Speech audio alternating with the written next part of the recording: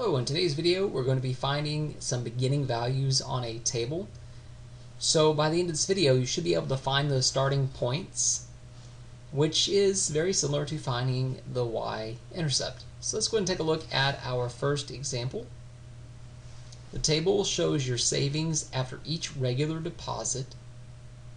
How much money was there in your account when it was opened? In other words, you had 0 deposits. So let's take a look at what's going on so we can understand the situation first before trying to answer the question. If we look at the table, we notice on the left-hand side we have the number of deposits. On the right-hand side we have the amount of savings after those deposits. So looks like somebody's being put into the bank and you're getting some savings as a result of that money being put in the bank. The question asks us, how much money was there in your account when it was first opened? So there were no deposits or 0 deposits. So the goal, we need to find out some way, some shape, some form, how much money was in the bank at 0 deposits. And to do this, we're going to need to look for a pattern and assume that pattern is always the same. So there is a bit of an assumption there. Let's go ahead and take a look. From 2 to 4, we're adding 2. From 4 to 6, we're adding 2. From 6 to 8, we're adding 2. So again, we're going to look for a pattern between the number of deposits and the total savings. So on the right-hand side, 75 to 105, we're adding 30. 105 to 135, we're adding 30 again. And 135 to 165, we're adding 30 again. So there is a pattern. It's exactly the same increase every single time on the left-hand side. And on the right-hand side, it has a different but the same increase every single time. So adding 2 on the left, adding 30 on the right. Our goal is to figure out how much savings would there be in the bank after 0 deposits. To do this, we've got to go backwards. Find out where you started at on the table.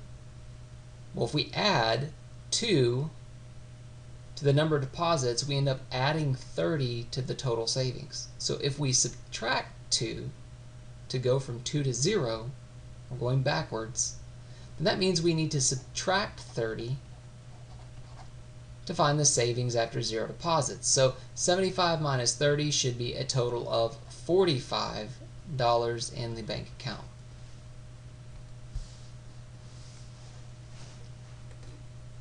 Alright, here's one for you to try. Go ahead and pause the video, work it out, and press play when you're ready to see the answer.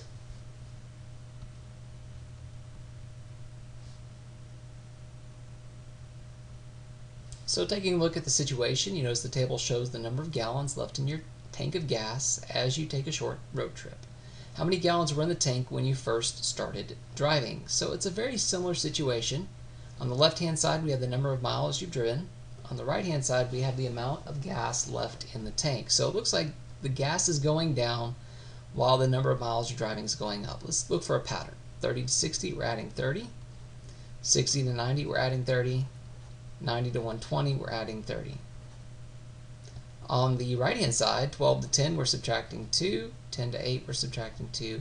And 8 to 6, we're also subtracting 2. So it looks like every 30 miles, you're losing 2 gallons of gas.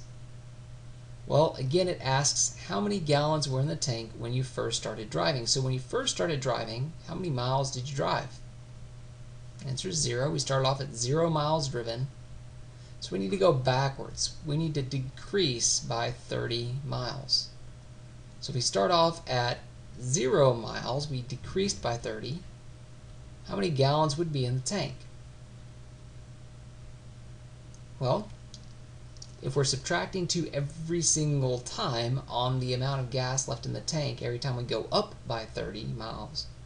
If we go down by 30 miles, that means we should add 2 gallons of fuel in the tank, again to go backwards. So we should start off with 14 gallons of gas in the tank.